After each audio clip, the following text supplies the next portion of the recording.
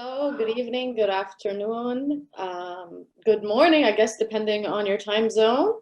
Thank you so much for joining us. I'm Dania Dhafar, the Executive Director at Gulf International Forum. Our event title today is, Can Academic Governments Survive Academic Freedom Survive Repressive Governance in the Gulf?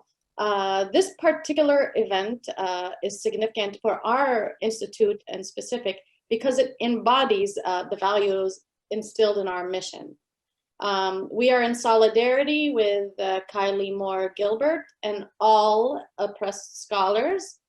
Academic freedom is vital for numerous reasons. It's at the heart of knowledge production and is critical for the advancements of economies and societies. The repression of academic freedom is antithetical to innovation and progress. I'm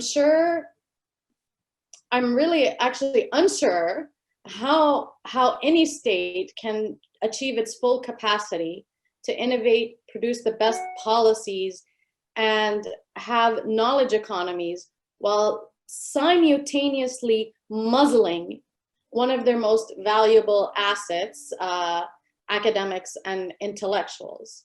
What is equally puzzling and alarming is the censorship of academics has permeated borders and spread its reach to other capitals and institutions globally. Moreover, academics are being drawn into geopolitical rivalries that use them as pawns in their chess game of regional politics. This is embodied on a spectrum of strong-arming scholars through both soft power methods all the way to full coercion.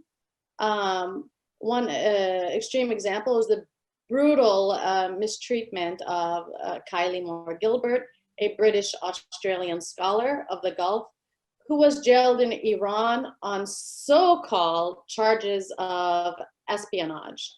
This mistreatment of scholars and censorship of research is not only a violation of human rights, but it is a multi-layered issue and has profound effects for not only freedom, but also progress.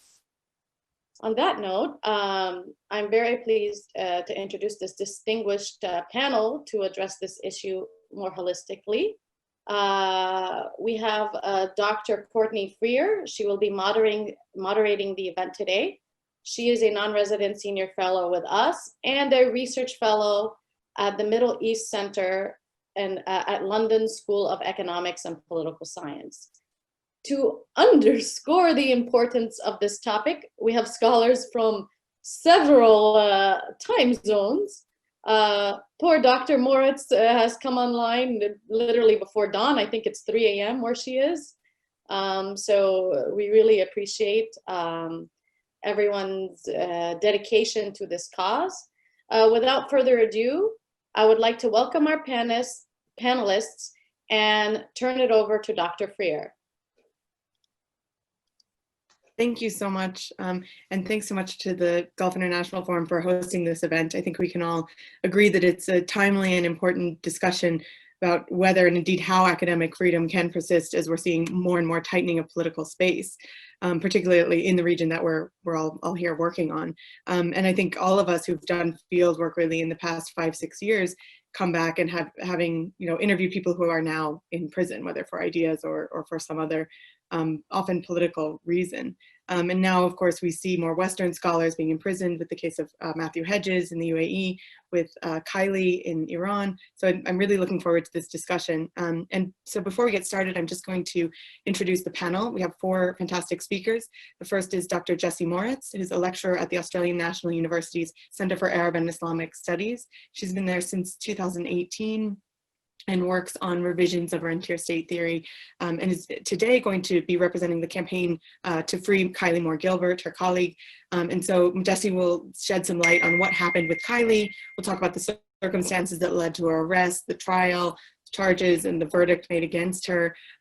Jessie will also discuss what the governments of Australia and Britain have done to try to pressure the Iranian government, and how this case has affected academic fieldwork and research in Iran and elsewhere in the region. Our second speaker is Dr. Abdullah Baabood. He's a visiting research professor at the National University of Singapore, having previously directed the Center for Gulf Studies at Qatar University. He will speak about how the recent crackdown on academics has affected Arab scholars, their research methods, their academic freedoms, and their ability to publish. He'll also ask why some Gulf state governments seem to be afraid of academic freedom, and we'll talk somewhat about some cases that of direct or indirect tension between academics and the state or branches of the state. And Abdullah will also discuss how intimidating scholars may affect societies in the Gulf more broadly. Third, we have Dr. Kristian Ulrichsen, who's an extremely prolific fellow for the Middle East at Rice University's Baker Institute for Public Policy. He'll be speaking about the topics that could jeopardize the safety of scholars in the Gulf, and will elaborate about why there have been certain restrictions on academic freedom across the GCC, as well as whether academics have developed methods to deal with these cases and challenges, as well as, kind of how faculties, students, teachers, all of us manage this new political environment inside of the Gulf. The fourth and final speaker is Adam Coogle. He's a deputy director with the Middle East and North Africa division at Human Rights Watch, which he joined in 2010, focuses on human rights abuses across the region, particularly in the GCC and Jordan. And he will discuss what are the most challenging cases of jailed academics and how Human Rights Watch, as well as other international organizations, are dealing with intimidation targeting scholars.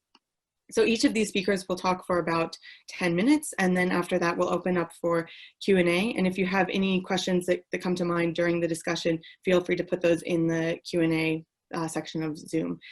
So I guess without further ado, we'll start with Dr. Moritz. Thank you very much, Dr. Freer. It's a delight to be here. It is a little late or early in the morning, however you want to think about it for me. So if I'm rambling a little bit, that's why. So I ask you in advance to forgive me for that. I thought I would talk about not only my own experience, because I'm also a researcher on the Gulf myself. I do a lot of field work in the Gulf. I'm hoping to continue doing field work in the Gulf, but also about the case of a friend of mine, where a number of her friends and colleagues are now trying to push for her freedom in Iran, and that's Kylie Moore Gilbert. So I work on political economy of the Gulf. I've done field work in Oman, Qatar, Bahrain, and Saudi Arabia. And what that means is that I know that field work often entails this incredible level of trust between interviewers and interviewees, especially, for, I'm coming from the position of a foreign researcher. So in many ways, I'm much more protected than a national of some of the countries that I work on. But in other ways, I'm a stranger to the people that I'm talking to. And my job, and Kylie's job as well, is to go and sit down and often have a coffee with a complete stranger and ask them, difficult, sometimes sensitive questions about politics, about economics, about their society, about current affairs. And there's a huge amount of trust between interviewer and interviewee that the interviewees are placing in us, not to sort of misquote them or misrepresent them, but also that we are placing in them to trust that we are who we say we are, and that we're not going to, that they should allow us to do our research. So I met Kylie because we both work on Bahrain. In fact, we both work on Bahraini state-society relations. And just to give you a little bit of a picture of who Kylie is and what she's like, we worked together on a grant to try and bring Saudi comedians to Australia. And we thought, what better way than to promote cross-cultural communication, this region of the world that's often really misunderstood. And in fact, I remember talking to Kylie about the fact that many Australians don't know that Saudi citizens have a great sense of humor, that there's actually lots of kind of characteristics of Saudi society that are not well represented, particularly in Western states. And so she, like me, was really passionate about trying to encourage cross-cultural communication. She's a really bright person, quite formal. She can be sort of quite reserved when you first get to know her, but incredibly clever. and incredibly polite as well. And humble as well. She's one of those people that, you know, you try to give her a compliment. She says, no, no, no, I haven't done anything, you know, worthy of mention, but actually you, or this person or that person, they've done incredibly well. So she's a really nice person. So I just wanted to give a basic picture of the fact that when we're talking about academic freedom and when we're talking about researchers, we often step back analytically and try to kind of observe. That's what our job is as researchers, is to step back and try and observe and try to understand. But part of the difficulty on working like a case like this is that this is someone that I know, this is someone that some of the other panelists know as well, and it becomes very personal. So what happened to Kylie? She was on a trip to Iran. She was doing some touristic sightseeing. She was also going to attend a conference in Qom, which is a common one for foreign researchers to attend. And when she tried to leave Iran, she was stopped at the airport and taken aside. And eventually, she wasn't really told what was going to happen to her at first, but eventually it became clear that Iran was going to hold her and they were going to charge her with espionage. And this is something that the Australian government has very clearly and very repeatedly rejected as baseless and politically motivated, and there's never been any public evidence to support the charges. Since then, she's been in foreign detainees, and it's run, of course, held in Ward 2A of Evin Prison, revolutionary or to hold their high value foreign prisoners. During that time, of course, many of her colleagues back in Australia and friends were aware that she had gone on this trip but not come back. But we were encouraged by the Australian government to try and remain as quiet as possible, to give the best chance possible for quiet diplomacy to bring Kylie home. And what that meant was that a lot of her colleagues and friends watched very quietly as a number of letters were released smuggled out of Evin Prison, talking about Kylie's conditions in the jail. And where in the letters she says that she didn't have enough access to money in her prison account to pay for food. And those of us who know Kylie know that she has some food intolerances. So eating the regular prison food was going to make her really sick. Basically anyway, you know, the $8 a month she was trying to get access to. So she's also had very limited access to her family. And there's also been reports of hunger strikes. There was a particularly a moment that for me captured the type of person that Kylie is, where she was being, I forget where she was being taken, but she was being moved, and she managed to run upstairs through a fire escape door and rooftop in Evin Prison, and she refused to come down until she was granted a phone call to her family. So this is an incredibly resilient and strong person who's going through this, but this is not the type of test that anybody should be put under. Certainly not someone who was only in Iran to learn more about the country and to try and understand the academics were often very curious people. We more world. So Kylie was held in Evin Prison since September 2018 until around about a month ago, the reports emerged that Kylie was being transferred to Karchak Prison. Karchak Prison is known for, I think it was an Australian newspaper that I think in not too exaggerated a fashion called Karchak Prison the worst women's prison in the world.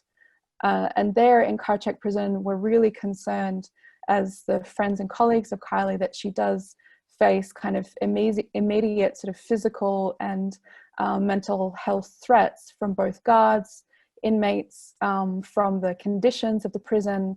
One of the things that we're really concerned about at the moment is access to clean water, especially in the context of the coronavirus pandemic.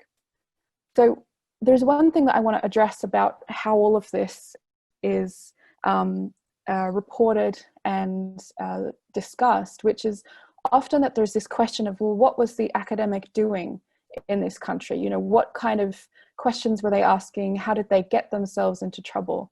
And there was a really powerful quote, I thought, from Zhiyue Wang, who was a Princeton PhD student who was also held in Evan prison from 2016 to 2019. And he said in a media interview that during, and this is a quote, "During my interrogations, my Iranian intelligence interrogator told me, you have to confess as a spy so that we can have a political deal with the United States. We want our money back. We want our Iranian detainees under US custody back to Iran. And if you don't confess, there's no case, then there's no deal." So he made it very clear that I was there, this is Zhiyue Wang speaking, that I was there as a political pawn. And so what that meant to us was that we think Kylie will have been told exactly why she was in Iran. And we think that it may not have actually had very much to do with her research at all, and had a lot to do with which country she holds nationalities in. So this brought us to the campaign to try and free Kylie Moore-Gilbert. And I'm running out of time a little bit, so I'm really happy to talk about how the campaign has worked and what we've been trying to do. Of course, because this is an ongoing case, I'm trying to be quite careful with what I do say publicly, so I might not be able to answer all questions, but I'm happy to answer what I can.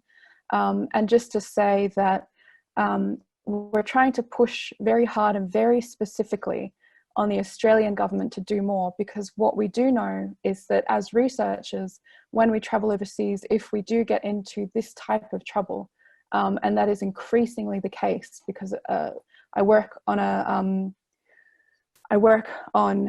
with the Varieties of Democracy Institute, and they measure kind of the strength of democracy globally. And they've shown over the past 10, 20 years that the strength of democracy globally is sliding. So authoritarianism is on the rise, and this type of kind of hostage diplomacy is on the rise. So we are, as a campaign, really focused on pushing the Australian government to make sure that they prioritize Kylie, the interests of one individual, even though they have so many other incentives to try and, of course, balance with all of their other national interests.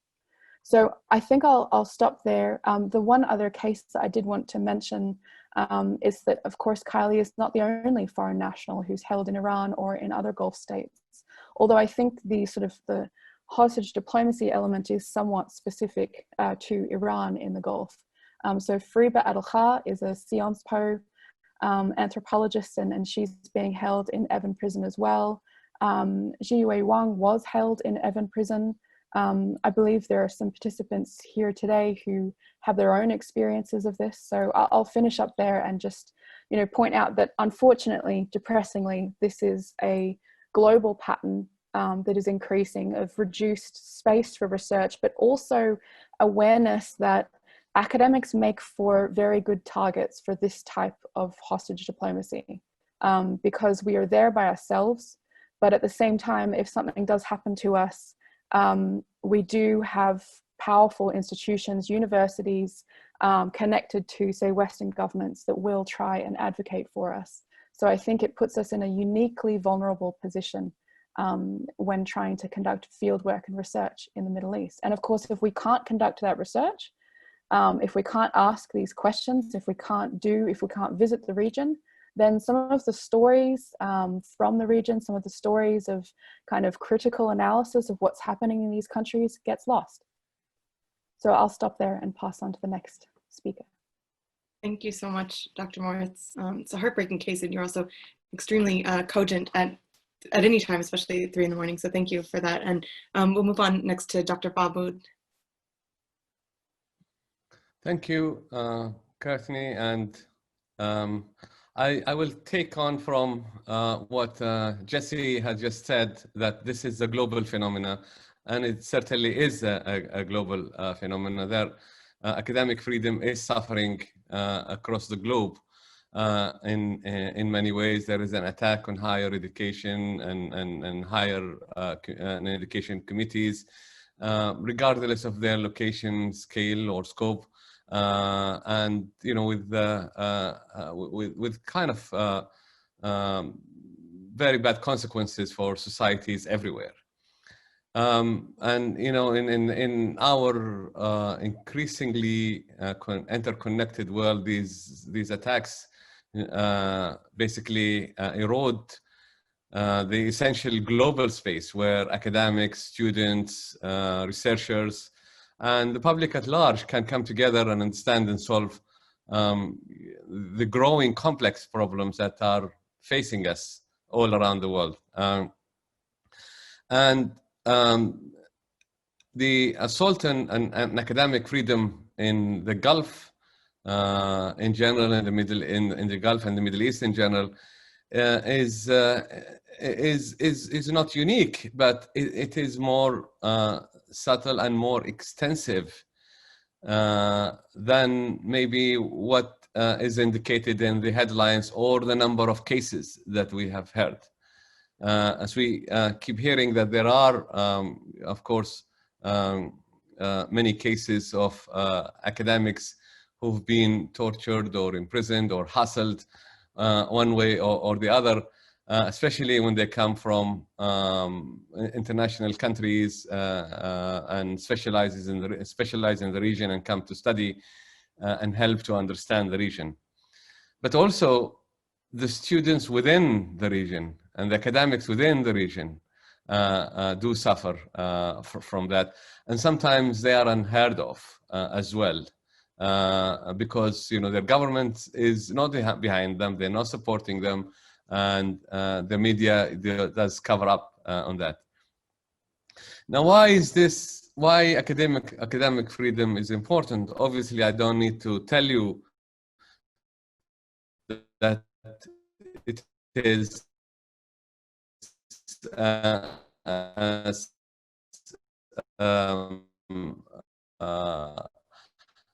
Dania had just mentioned and it is a prelude to knowledge and ability to be able to produce objective knowledge.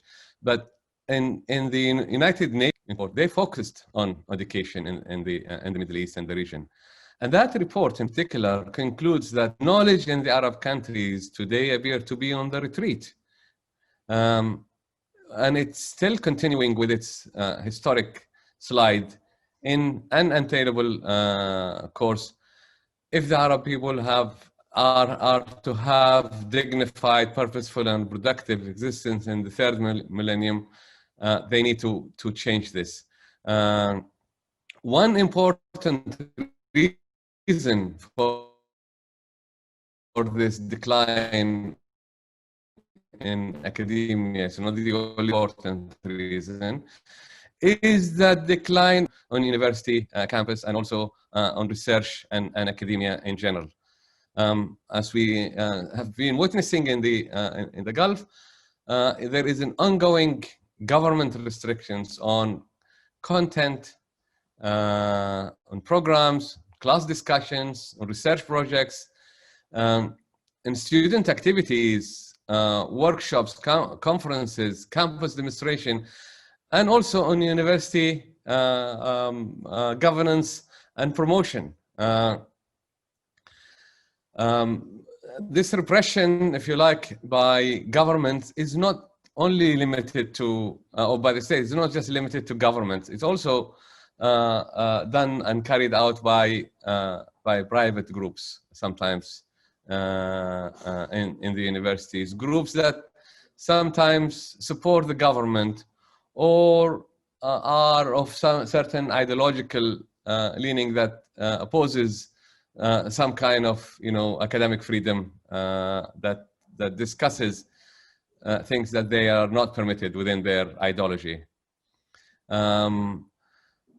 So what do we suffer from? What does the region suffer from is an enormous ignorance, if you like, and lack of development of knowledge creation that is needed and badly needed when the region is changing, and the region is dynamic with so many different, if you like, political, economic, social changes that are taking place. And despite all the work that has been done, the region is still understudied and under research, and it needs more if you like, domestic education as well as more international understanding. And this is, this kind of repression by Gulf governments, or some of them at least, comes at a time when the region needs to be understood a lot more, given their preeminence in certain areas, if you like, in media, in economics, energy, etc. So the region needs to be understood, the region needs to be studied by academics, but there is a fear by these governments from such, if you like, objective studies. And that's the reason they fear academics more than anybody else, because academics in general, and academia in general, is considered to be much more objective, much more, if you like, understood and believed by people who receive the information more than, say, the media or other forms of information. And academics have an influence on people. And as I said, they're believed more than others. And as I said, they're also considered to be credible and objective and have more value. And their research and research output is based on solid research, as it were. So the governments try to do it to curtail their activities in many ways. And especially with Gulf governments nowadays gaining more financial support, they are helping or donating chairs, creating centers, giving donations to research institutes, not only within the region, but also outside the region. And also they are supporting students to go and study abroad, their own students in this case. And I'm talking here more about Gulf students, but also I'm including international students. And they have, directly or indirectly, can control what these students actually study. What do they apply for? What kind of courses they're accepted for? And through their funding, they can also control what their centers globally can teach or research, or who is within the center is promoted, or who takes the directorship, etc., etc.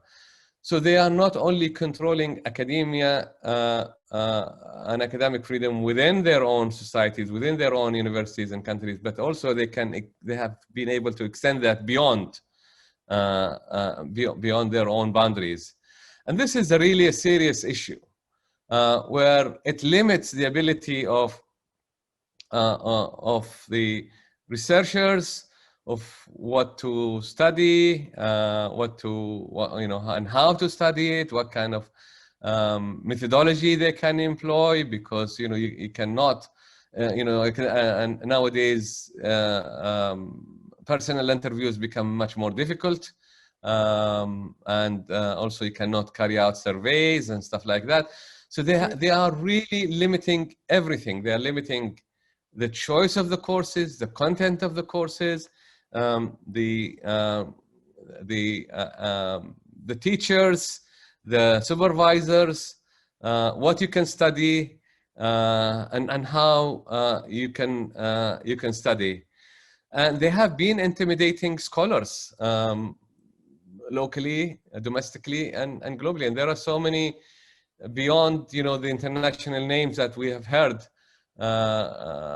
about, that they have been imprisoned. There are many other local who have been imprisoned, or have been tortured, or have been denied jobs and opportunities in their own countries.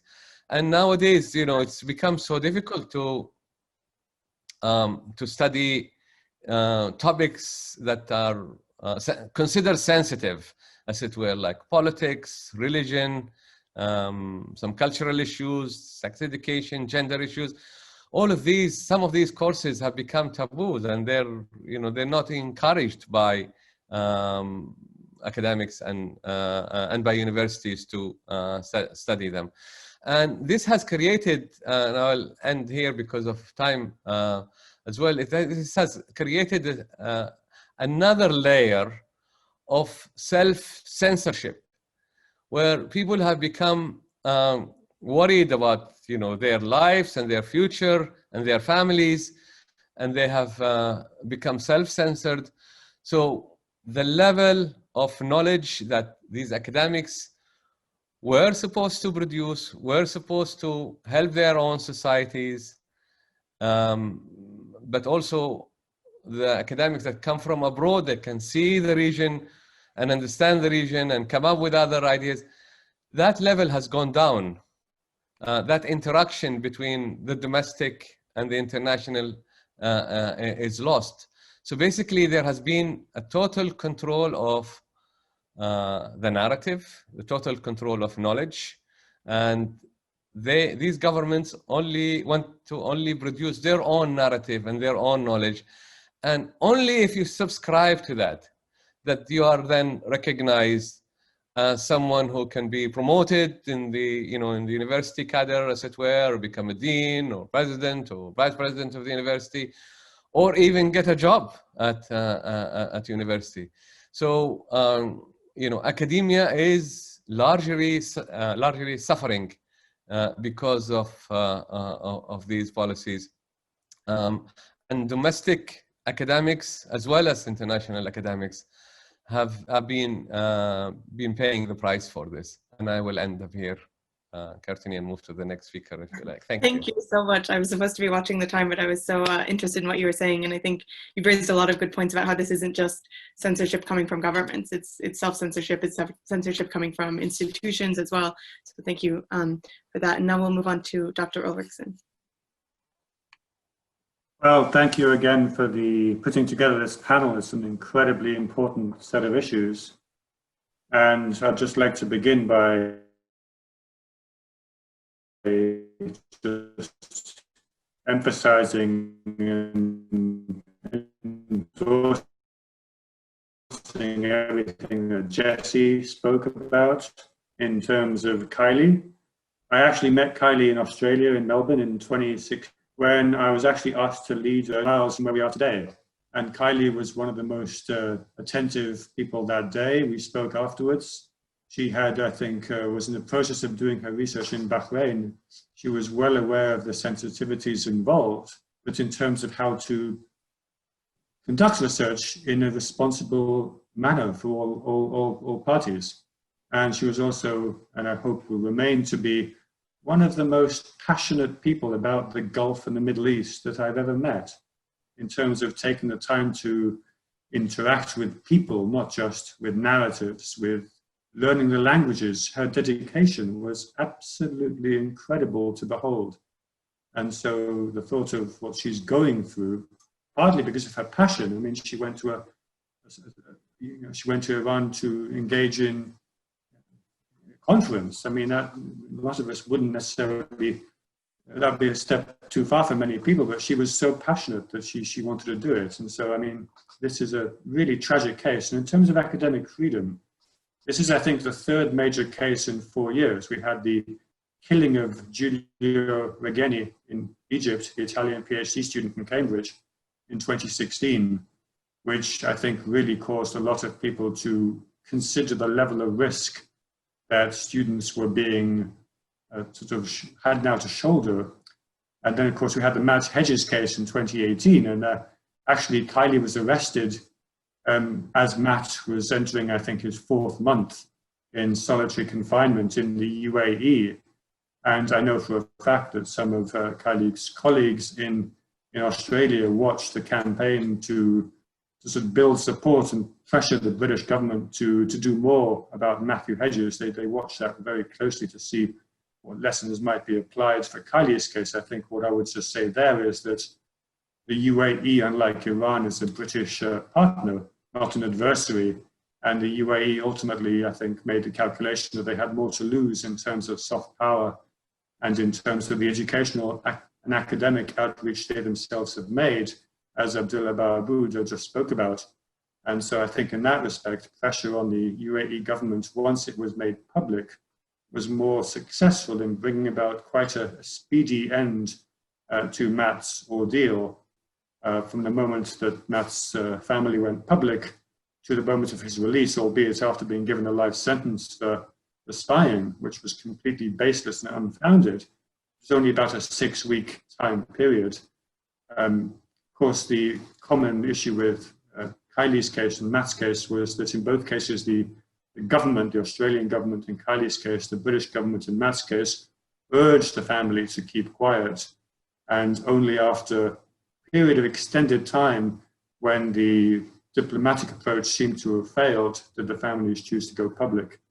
And in terms of Matt's case, it was quite speedy in terms of putting the pressure to bear to bring about his release and his return home with Kylie, because Iran doesn't necessarily have those interests to safeguard, and is, as Jessie said, looking for sort of deals to make with Western governments. It might be more difficult to achieve. Another issue I think that the cases have brought up, especially the Giulio Regeni case in Egypt and Matthew's case in the UAE, is the security of students. It perhaps was maybe perceived that in the past, the worst thing that could happen if you were a Western, and let's not deny it, a sort of white Western student, you'd be taken to the airport and deported. And instead now we are seeing, both in Giulio's case and in Matthew's case, people being reported to the authorities by the people they were interviewing. In Giulio Regeni's case, he had been interviewing a leader of a labor union who turned out to be a police informant. And again, in Matt's case, someone he was talking to decided that Matt was asking questions that were deemed to be sensitive and then alerted the authorities. And like with Kylie's case, Matt was trying to leave the country at the airport when he was pulled aside and told there were problems.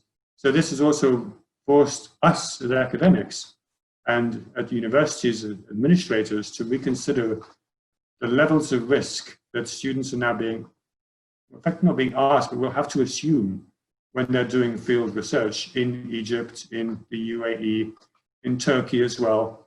I serve on the Committee of Academic Freedom at the Middle East Studies Association, and the volume of letters that MESA has written more than doubled, I think, between about 2016 and 2018. And it's remained at that high level ever since. So this has been a problem that has become quite significantly worse over the last 4 years. MESA writes letters when academics, scholars, and students are running into difficulty, both in the Middle East, but also in North America as well. And the countries that MESA has written the most about the last several years have been Egypt and Turkey, more or less dwarfing some of the other countries. Partly because Egypt and Turkey remain largely open in terms of us sending students to study there. There were fewer letters about Iran just because Iran is more inaccessible, especially to US students, than Egypt and Turkey are. And by the same token, the most letters written in the Gulf were to the UAE, just because, again, as Abdullah was saying, the UAE has invested heavily in engaging in academic outreach. There are more academics who either run into trouble in the UAE, as Matt happened, or have been denied visas, have been denied entrance, have been turned back. Several cases at NYU, for example, which has a campus in Abu Dhabi, where NYU academics in their home campus were denied entry or denied visas to go and travel or actually work at the campus in Abu Dhabi as well. But because these countries are more accessible to scholars from around the world, that's why we've seen more cases. And as Abdullah said, there are many unseen cases that we do not necessarily hear about, but that this is a problem that academics in the Gulf, above all, continue to face, and they're the ones on the front line. I would also say that there are many different ways of placing pressure, of intimidation. It's not just the heavy-handed treatment of Kylie, of Matt, of killing of Giulio Regeni. Abdullah mentioned the travel issue. For those of us outside the region, it's also a question of access. Many of us, including myself, were on travel bans in a number of the countries that we work on. And as Courtney mentioned, that does engineer a degree of self-censorship. If perhaps if one isn't sure that one is on a travel ban, one might decide to avoid engaging with potentially sensitive issues to make sure one keeps on side of a travel ban. So that also encourages a set of issues there. The polarization of regional politics over the past 4 years, again, as Abdullah mentioned, has made things quite significantly worse. It led to other forms of intimidation and pressure, threats of legal action, especially in the United Kingdom, against nations, again, that perhaps counter a narrative that certain actors in the region might want to try and push. Questions or telephone or kind of engagement with academics or with universities in the US or in the UK, sort of trying to discredit academics or students or scholars that people disagree with. And of course, a very nasty campaign of vilification on social media at the best of times as well. So there are many ways to try and put pressure or to intimidate people who are really just trying to do their best in terms of analyzing the region the best way they know how. How do people deal with that? Well, partly the problem for students and for all of us who actually do research in the region, even when we can get access, and of course, with coronavirus right now, nobody really has access. Part of the problem is that some of the red lines seem to have shifted without people being aware of them. And that was certainly a case for Matt in the UAE, where he was doing research that 5 years ago would have been entirely permissible. But at some point, the red lines for doing research on issues to do with security in the UAE had shifted so that without him knowing it, he was now asking questions that were deemed to be too politically sensitive and suspicious, and to then merit the accusation that he was working for some nefarious purpose. So the red line shifting beneath the feet, because it's not publicized, because governments don't say, this is what you can do, this is what you can't do, because also in terms of the UAE and the Gulf, they're trying to engage with academics, not to actually discourage or disbar them. The red line shifting is a certain issue. Also, for those of us who work at universities, the priority, I think, until now has very much been in terms of actually sanctioning student research. One priority has always been to ensure the security and safety of the people you are interviewing, so the interviewee. But again, the issues with Matt and with Giulia Regeni show that we now have to really consider the security and safety of the interviewer as well. With that focus on the safeguarding of the person you're talking to is not enough, especially when we now have at least 2 examples of interviewees talking, sort of reporting the interviewer to the authorities. So there needs to be, I think, a recalibration of risk and of the balance between safety and security, not just to fall upon the interviewee. There could be issues with funding as well. Most students need funding for their PhDs. And if that funding, for example, comes from a body that is linked to a government body, that could easily become fodder for a suspicious authority to say, well, why are you conducting research that ultimately is financed by a government entity? That would also give grounds for someone who might be suspicious for somebody asking questions to claim that you're working for a government entity and that therefore you're not who you claim to be. So there are funding issues as well that need to be potentially considered in terms of putting the security and safety of students inadvertently at risk.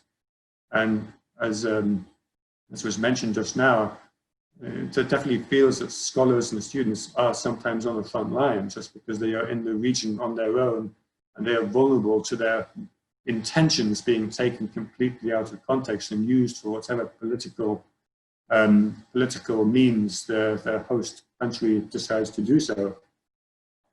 So I'd close with those remarks. I would say that the problem, as Abdullah had mentioned, I think is getting worse, not better. The polarization in Gulf politics has made it even more difficult for academics, scholars, students to steer a middle ground and to try and focus on the issues at hand. There's a lot of pressure, a lot of intimidation. There are a lot of different ways in which this can be manifested.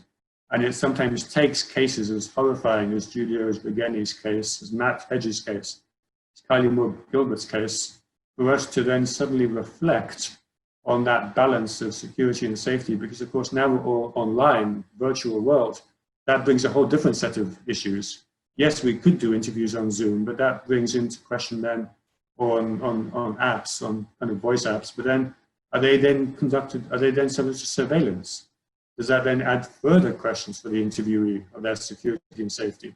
So it's not as simple as simply saying we cannot sanction research in a country, period. There are so many other issues that have to be put into account, and that's why I'm very glad to Gulf International Forum for organizing this seminar here today. So with that, I'll pass you back to Courtney.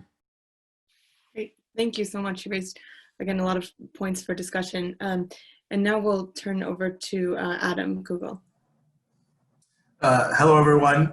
Thank you so much for giving me the opportunity to participate in this panel today.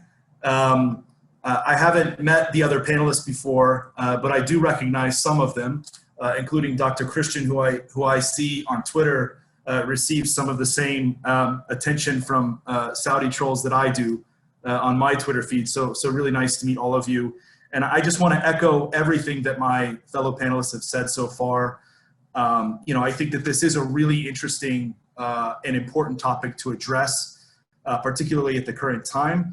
I am a deputy director at Human Rights Watch, where I've worked for about 10 years now. And the bulk of my time working at Human Rights Watch has been spent on Gulf work, and specifically leading our research on Saudi Arabia for around the last 7-8 years. But I've also worked on pretty much all of the other GCC countries at some point. We are really, you know, interested in this topic, and it's something that we've covered and worked on a lot.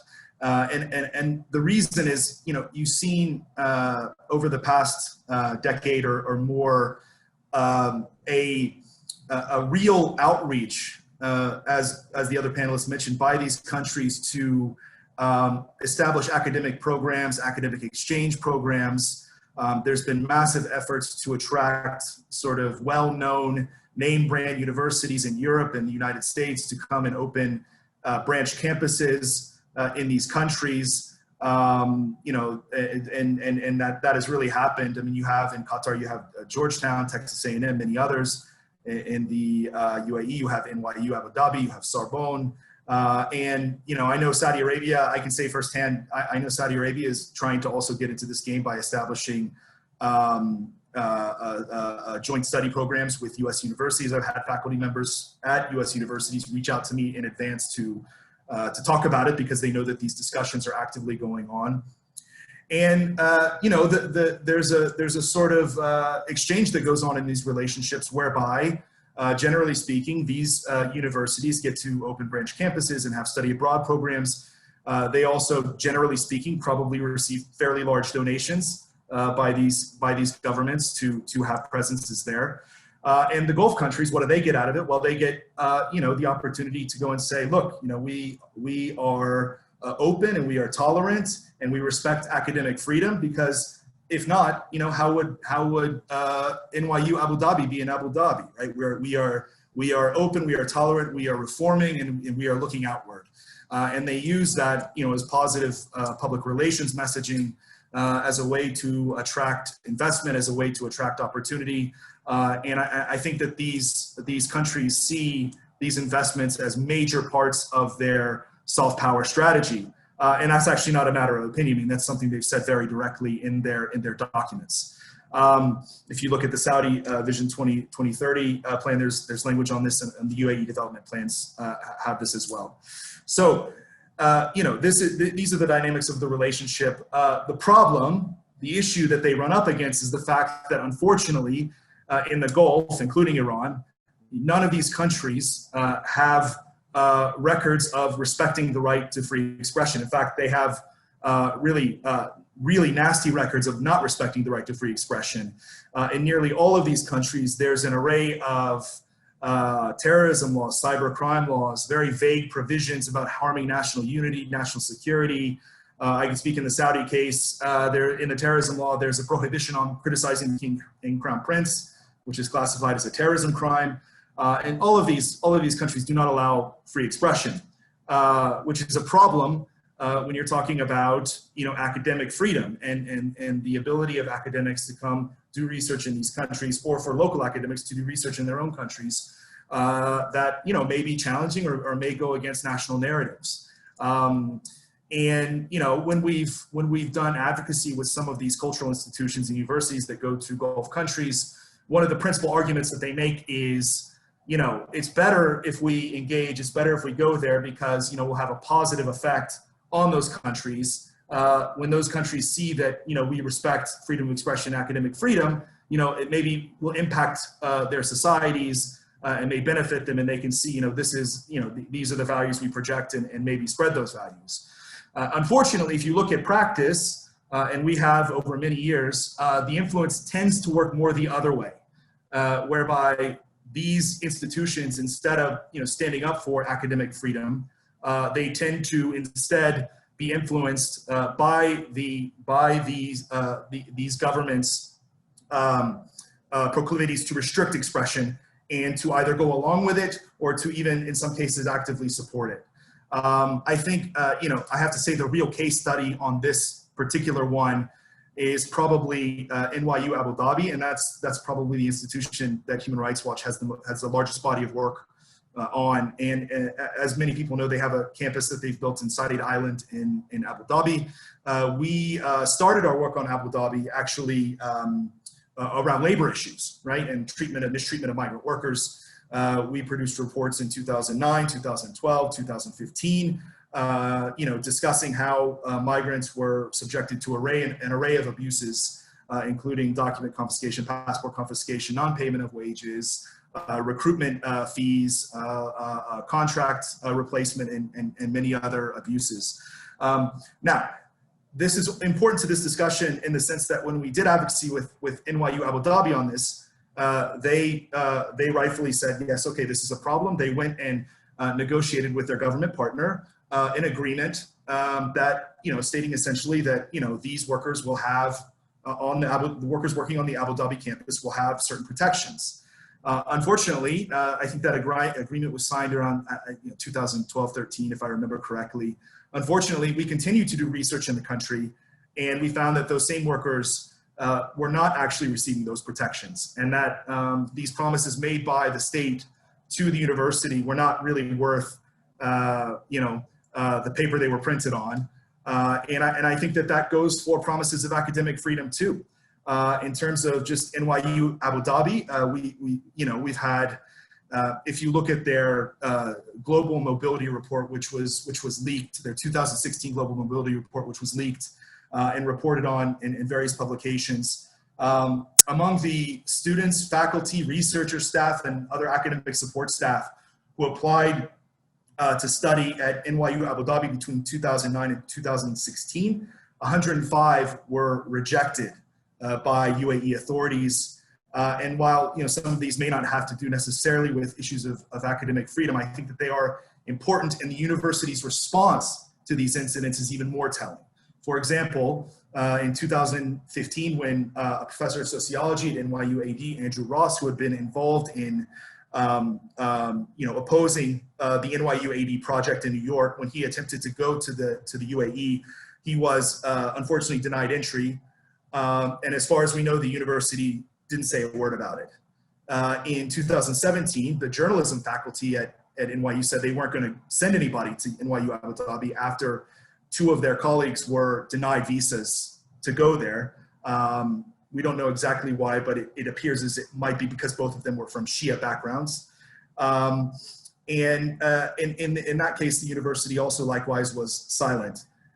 In terms of the UAE and concrete examples of this, in 2011, so even before that, an incident leaked out to Human Rights Watch, and we ended up reporting on it, whereby when the president of NYU was confronted in a faculty meeting about the detention of the most prominent human rights activist in the UAE. His name's Ahmed Mansour, currently serving a 10-year sentence in totally deplorable conditions.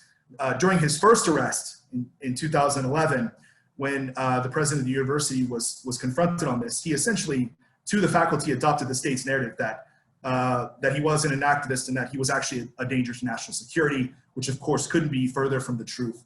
If you look at also in the UAE, Sorbonne University, there are other similar incidents. For example, the Emirati academic Nasser bin Baith, who was a lecturer at Sorbonne, was arrested in 2017, convicted in an unfair trial and sentenced to 10 years. In his case, the head of the Sorbonne in Abu Dhabi said that his arrest and detention wasn't connected with his role as a faculty member, therefore the institution would not comment on it. Another incident involving Sorbonne, Loujaina Hadlou, the famous Saudi women's rights activist, who is currently on trial and in detention for over 2 years now in Saudi Arabia. She was studying actually in early 2018 at the Sorbonne Abu Dhabi, and one day she was pulled over in her car, taken either by Saudi authorities or Emirati authorities, we don't know, whisked on a plane back to detention in Saudi Arabia, and the university did nothing, said nothing about this. So I think it's important to note that while these institutions have gone with the promise of spreading ideas of academic freedom and free expression to these countries, in fact, it seems to have done the opposite. Now, I don't want to imply that the situation, like it is in the UAE, is necessarily the same in all other countries. However, these dynamics are at play. While there's not a record, for example, of serious infringement of academic freedom in the universities in Qatar, for example, we still have a Georgetown student who several years ago was denied entry to the country because she wanted to work on a labor project.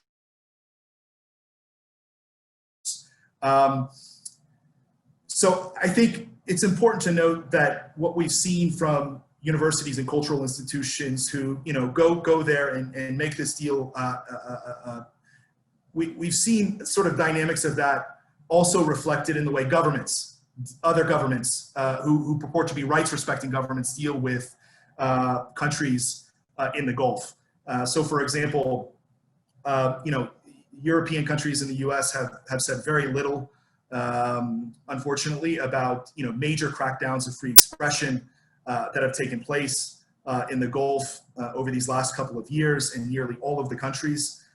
And I think that one of the problems with that is, when they take such a selective approach to human rights, where they refuse to comment on freedom of expression or academic freedom in some countries, and then they try to apply them, for example, in the case of Kylie in Iran, it's not taken very seriously because it's very obvious that these governments are being very opportunistic in the way that they promote human rights abroad. So I think those are the major issues in terms of what can be done to protect academic freedom. I think the most important thing is to try to rebut these deals and these attempts by these governments to burnish their reputation.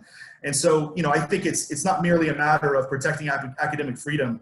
It's a matter of convincing cultural institutions and universities who have set up shop in these countries to stop actually playing into government efforts to market themselves as tolerant, rights-respecting, open countries that are reforming and progressive and looking outward, right? They need to stop playing into that, and they need to speak up when academic freedom is being infringed upon rather than kowtowing to it.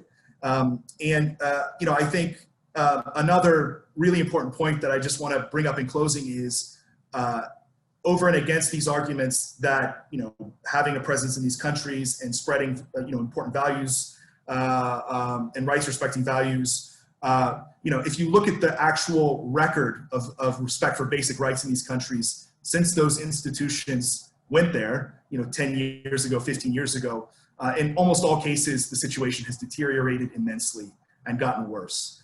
And so with that, I'll stop. Fantastic. Thank you so much. all of you. I guess we all agree, obviously, that there is an issue here. There are different layers of censorship when it comes to academic freedom in the Gulf. And we haven't even spoken really about media freedoms, media censorship and all of that, which is a whole other topic unto itself. I guess one question that I wanted to ask, and then there are a couple of questions in the Q&A box as well. I mean, I wanted to ask, how do we advise students to move forward? I've had a lot of students come to me in the past couple of years wanting to look at the Gulf because it has been easier to get into than kind of, at least some countries of the Gulf are easier to get into than certain other countries in the Middle East to study. And so what do we tell them to do, essentially?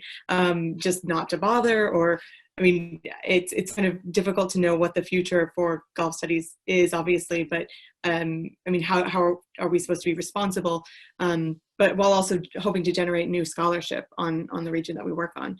And then two other questions, a bit more specific. One is about the level, I assume this is for Adam, it's about the level of Emirati influence within NYU in New York, since some members of the Abu Dhabi Executive Council are on the board of the US institution.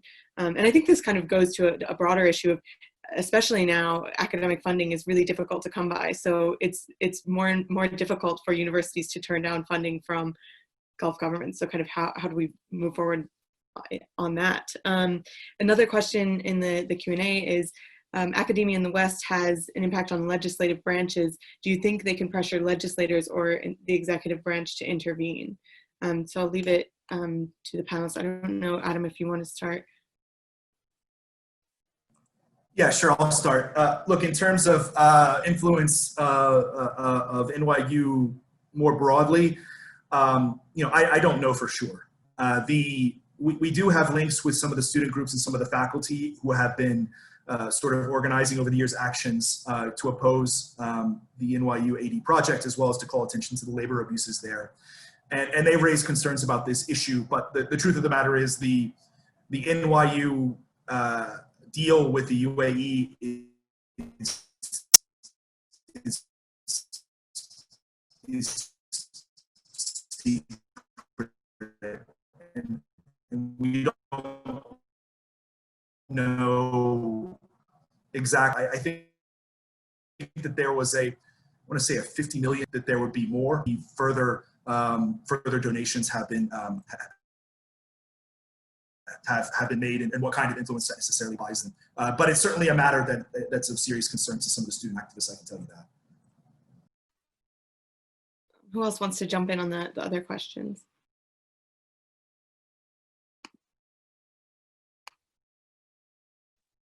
I'll jump in, I guess. On the question on students in the Gulf and how do we advise them to move forward? I mean, this is obviously something that I think many of us on the panel are dealing with right now. I've got 2 students who are on fieldwork in the Gulf, and they're actually stuck there at the moment thanks to the pandemic. And I've got 2 more students who are hoping to go in the coming months and are waiting for borders to reopen. So it's a really urgent question, I think, for scholars to try to consider. And part of it is that, you know, as Kristian was talking about, you know, trying to reinterpret those unwritten red lines and understand, okay, well, maybe you know, the field work that I did probably in the Gulf in 2013, 2014, I don't think you can do that now. And so maybe we need to reinterpret where are the red lines now, which really unfortunately means that there's some research that cannot be done now, that could have been done a little while ago. And the other, and those topics shifting, you know, I tend to resist that personally, because it again means kind of that authoritarianism is succeeding in silencing those types of research, which I don't think is good for anyone, including the countries who are tightening that research space, as kind of Dr. Baabood was talking about. And I also think that Dr. Ulrichsen made a very powerful point about the fact that there's a lot of pressure, I think, on academics to say, well, just do the research online. You know, what's the problem with just doing Zoom interviews? And often that will come from our universities who are not familiar with the Middle East research environment, or not familiar with sort of the non-democratic research environment, and will often assume that, you know, of course you can just look at Twitter, you know, Twitter is an open, social media is free, right? and they forget that that can be manipulated, or they say just do online interviews, and they forget that that means that there will be no open discussion, and that really critical relationship of trust just really can't occur. So I don't think I have really the answers, but if anybody in the audience does, that would be really useful, because I really need to figure this out soon for my own students. Yeah, I agree. And when I look back at, the fact that I was running around the Gulf asking people about the Muslim Brotherhood in 2013 and 14, it's shocking to me that that worked out. So it's strange to know that the timing affects things so drastically and can change so quickly. So I guess to move on, and if other panelists have thoughts on those questions as we move on, feel free to chime in. There's a couple other questions that have come up. One is, in the case of Kylie and other jailed academics in Iran, what could be the terms that could lead to their release? Another question, this is to Dr. Baabood and Dr. Ulrichsen. Do you agree with Adam Coogle that the limitations on academic freedom are less bad in Qatar than in neighboring countries? What has your experience been? And to Dr. Baabood, what are the topics that Arab scholars usually avoid discussing out of fear of arrest and intimidation? I don't know who wants to start. Maybe Dr. Baabood? Can I just make a clarification? I'm not necessarily trying to hold Qatar up as a positive example or let them off the hook. They still have the same array of terrible laws. There have been freedom of speech prosecutions. They have, prevented the development of independent civil society in that country. So I just want to be clear that I don't mean to be comparing. Sure, that makes sense. Dr. Baabood, do you want to talk about some of the topics that Arab scholars avoid addressing? Yes, thank you, Courtney. I also want to say one or two things about Qatar, having actually worked there and managed and run the Gulf Studies Center at Qatar University. I can tell you from my own experience that we had a complete academic freedom to discuss almost any topic that we wanted to discuss. And I think many of you here in this panel have visited and talked to scholars and students as well. And I can see at least one of the students in the attendees list. So we had complete freedom to discuss almost anything that was possible. We also had, I remember, we held a conference on the labor market. And that was based on the report that was produced by LSE. And it was critical of Qatar, the report itself. And we hosted that conference, and the report was published at that conference. And there was no, if you like, repercussion, or there was no objection to this from the university and from, or from the authorities. And we've held some very, very sensitive, if you like, conferences, workshops, discussions that we hardly, I can't remember of an instance where we were asked not to do this or do that, and there was no interference. Now, I cannot speak about other experiences in different universities and different programs, but I can tell you this was something that I can speak from my own personal experience. I'm not also saying that Qatar, like other countries, have its own red lines, and obviously, one doesn't know. But we, at least in Qatar University in the Gulf Studies, did not face any of that. So I can, having said that, what are the topics that Arab students or Arab academics avoid at the moment? It's difficult to tell. I mean, it depends where they are working, whether they are at home, they're domestic students or they're international students, i.e., are they studying in the United States or Europe or Australia, for that matter. It depends where they are. It depends whether they have been sponsored by their own governments to go and study, and it depends whether they're, they have their topics have been pre-approved or not. So there are a lot of ifs and buts in this, but I think it is becoming very sensitive to almost discuss anything that relates to the politics of the region, unless you want to really take a very strong stance on one side against the other, and you cannot be objective in this. And trying to be even slightly objective, you're considered as, you know, you're working for the other side, and you cannot express your opinion in any way, and you don't know where the red line is, as has been mentioned by Kristian and the other. It's very, very difficult for them. And I've had many students who are embarking on their master thesis or PhD thesis asking me, you know, about questions, what topics do we study? And I say, well, it's not up to me to advise you what topics to study. It's what topics you're interested in. And they say, well, we are interested in X, Y, and Z, but we cannot do it. And we really ran out of topics to even consider to studies at different universities in the Gulf. And that tells you, you know, how bad the situation is, and it's actually getting worse. It's not just what topics to study, what can you publish on, and where can you publish? Where can you present your papers when, you know, when the research centers and academic institutions belong or supported by governments, and they are taking, you know, one side or the other. Comparatively, Qatar continues to be, if you like, free, because I have you know, visited and presented in a number of conferences there. Kuwait as well, you know, to a very large extent, there is a good academic freedom, and you can, you know, go and publish and work there as well, and attend conferences. I think Oman as well, you know, has space for that. And I think, you know, we're in Oman going through different changes at the moment, and we don't know whether that space is going to increase or limit, but I think it will increase, you know, for academic freedom. So, you know, given, of course, the vision of the new Sultan and the government in Oman. So, in general, it is difficult. It's also difficult to even go and interview someone who holds a certain view, or he's on this camp or the other camp, especially if you're talking about politics.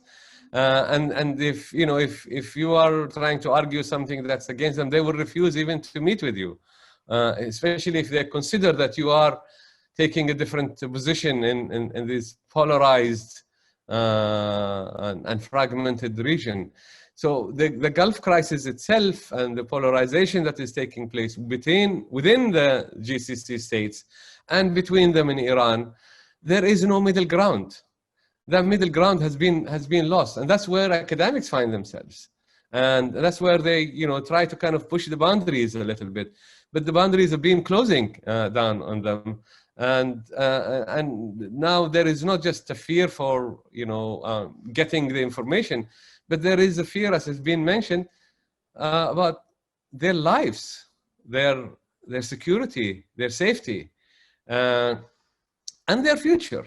You know, if you do your research on a particular topic, you most likely will not get a job in your own country or in a country that opposes what you've concluded in your thesis or in your studies or in your research. It's become extremely difficult as a Gulf citizen, and I can say that perhaps I'm the only one within the panel here that comes from the Gulf and hold the Gulf nationality. It becomes very, very difficult. I mean, there are countries that now are, you cannot even think of traveling to, because you expressed your opinion in one conference, or you wrote an article on that, or you tweeted this or that, and you basically became a public enemy number one. So it is, you know, our safety, our security has been tested at the moment. And I think that is really fearful for all of us here. I stop here. Yeah. Thank you. Dr. Ulrichsen? Yeah, I'd just like to, well, I mean, the question, I guess, was, can I compare or almost compare Qatar and Abu Dhabi or Qatar and the UAE? Well, I can't, partly because I've been unable to enter the UAE since 2013. So I personally cannot go to the UAE to conduct research, so I cannot make any points of comparison as to how comparatively easy or more difficult it is vis-a-vis Qatar or any of the other Gulf states. And so that perhaps is an indicator in itself. I'd just like to pick up also on the question earlier that Courtney posed to all of us about what we advise students to do.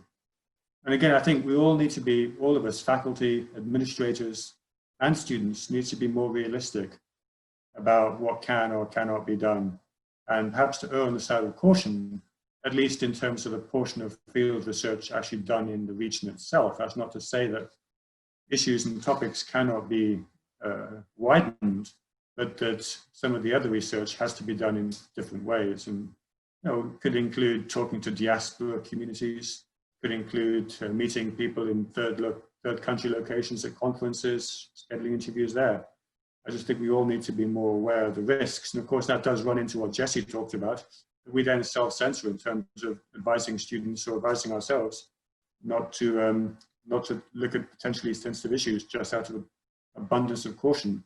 The other question, of course, is students starting out are often, because they have no prior publications, and are often kind of able to fly under the radar to some extent. They also run the risk of publishing their PhD or publishing an article and then getting banned. The lack of access is withdrawn then. And so I know that, for example, Kylie was worried about that with Bahrain. I think she was worried that when she started publishing about Bahrain, she wouldn't be able to go back. And so I think we need to make sure that students don't think that they have to be aware of the risks, but don't also potentially try and get everything you can on one visit. I mean, just because you may never go back, don't overstep the mark. Just be careful. That would be the most. And just also be aware that you don't have to get everything in the region. There are diaspora communities, especially now with so many people being sort of political exiles in some ways. And there are international conferences where it's often a very good time to meet other people. So that would be my advice. And then I just agree with Abdullah Baabood about the pressure and intimidation, especially in the Gulf polarization. And I mean, I've written several times for various outlets in DC, and as soon as they publish my article, there's a phone call that's been made. Why are you publishing him? So I mean, it's happening in the US, it's happening presumably in the UK, and of course it filters down to the academic or the scholar, and it has a chilling effect. I mean, I don't think, what should I write this? Should I write that? And if I start self-censoring myself, then that's partly the objective. So again, it's multifaceted, and like Abdullah said, it's getting worse, not better. Yeah, thank you so much. I agree with everything, and I think it's a really good point about diaspora communities being a really good resource to have people speak a bit more freely, oftentimes. And I guess we're about to wrap up. I just wanted to go through the speakers. I guess we can go in order. If anyone has any last comments on anything we've discussed, just to make sure we've covered as much as we can in this short time. So I'll start with Dr. Moritz. Thanks. So there was a question directed to Kylie's case. So I think I'll really quickly talk about that, which is, what in the case of Kylie and other jailed academics in Iran, what could be the terms that could lead to their release? And of course, if this were an easy question to answer, I think many of these academics would have been released a lot earlier. It's very different in every case. So we've of course been talking to and looking at other experiences of foreign prisoners in the Gulf countries and trying to understand what worked and what didn't work to try and bring them home. And we also have done an assessment of the last 10 years of foreign political prisoners in Iran, particularly academics, trying to understand if there are any patterns, because of course we are researchers, so we kind of thought, what can we do best to help Kylie and research is what we've been trying to do.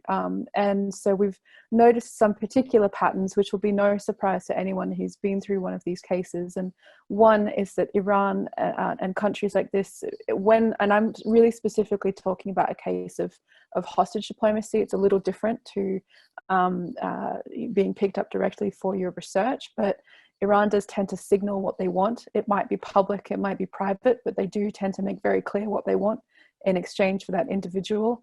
And when we looked back at 10 years of previous cases, we found that about 1 in 3 really were released as part of prisoner swaps.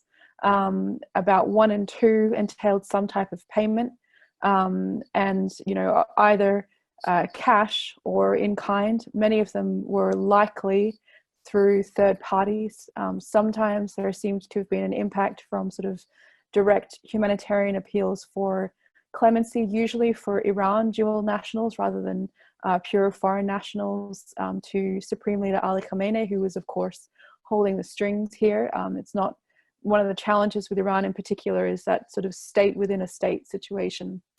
So Australian government has connections with the foreign minister and the president of Iran, but does not have direct connections to the people who are running Ward 2A of Evin prison or who are holding Kylie in Karchak prison. So it's incredibly complicated, and I wouldn't be able to comment too much publicly, but it's very much varies from case to case, and it depends on the relationship between the country holding the prisoner and the country of nationality. So, for example, Kylie's case will be very different to Fariba's case because Australian-Iranian relations are fundamentally different to French-Iranian relations or British-UAE relations, etc. Thank you. Dr. Baabood? Thank you. I just wanted to conclude by saying that what is happening in terms of the curtailing of academic freedom is not just counterproductive to the production of knowledge and to, if you like, to objective research and critical research and so on, and to education in general. But as it has been mentioned by some of my colleagues, it's also counterproductive and extremely damaging to the states themselves, to these institutions.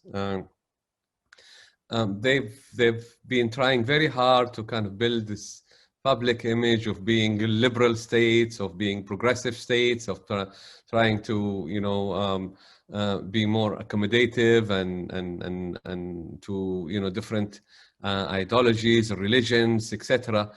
On one hand, and on the other hand, they are cracking down on academic freedom and so on. And they're bringing those, international campuses home, and they're spending a lot of money on, sponsoring and donating to other universities, centers, chairs, etc. And, trying to kind of build and empower themselves through soft power. But this is damaging themselves in a way, because it's really kind of giving them bad name generally.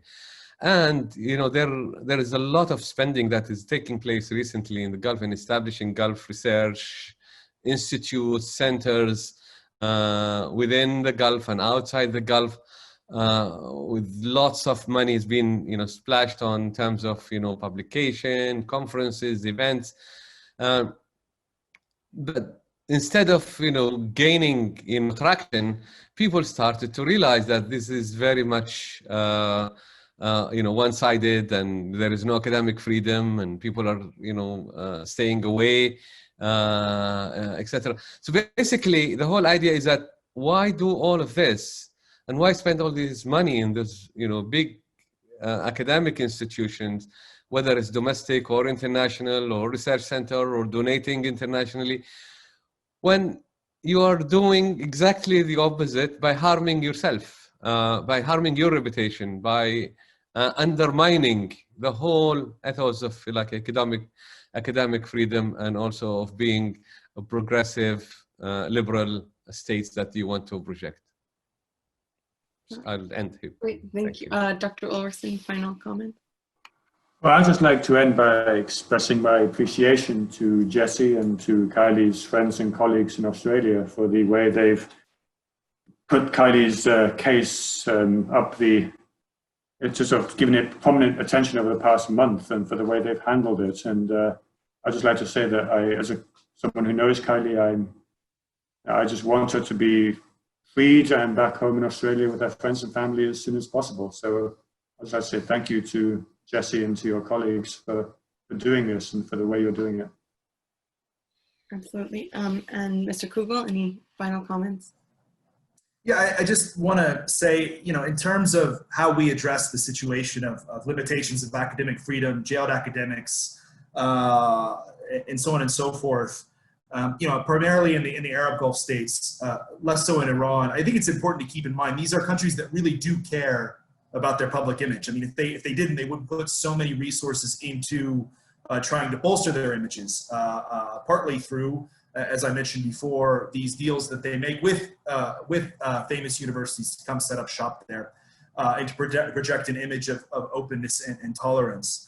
I think as human rights campaigners, like Human Rights Watch, I mean, it's really incumbent upon us to continue to really try to puncture these narratives, to call attention to the cases, to call attention to the some of these countries' really terrible record when it comes to freedom of expression and academic freedom, and to try to really rebut some of those public image campaigns run by these countries that they then use to not make the necessary fundamental reforms to respect basic freedoms that we really want to see. I mean, one of the reasons that these countries do this is because they can get away with it. They can continue to maintain absolute power and control and deny basic rights while projecting this other image. So I think if we can figure out ways to continue to raise these cases and get them into the public consciousness, it'll go away. And when I've seen, in my experience in my time, when I've seen the Saudi government or other governments, actually back down and make a concession, it's usually been the result of a pretty significant public outcry and pressure. It doesn't work in all cases, as we all know, but when it does work, that tends to be the impetus. So I'll stop there. Thank you so much. Thank you so much. Thanks to the panelists. It's great to see you all. And thanks to Gulf International Forum for getting this conversation started. I think this is a great starting point and great way to raise awareness about what the issues are for academics in the Gulf. So thank you so much, and stay safe, and see y'all later. Thank you.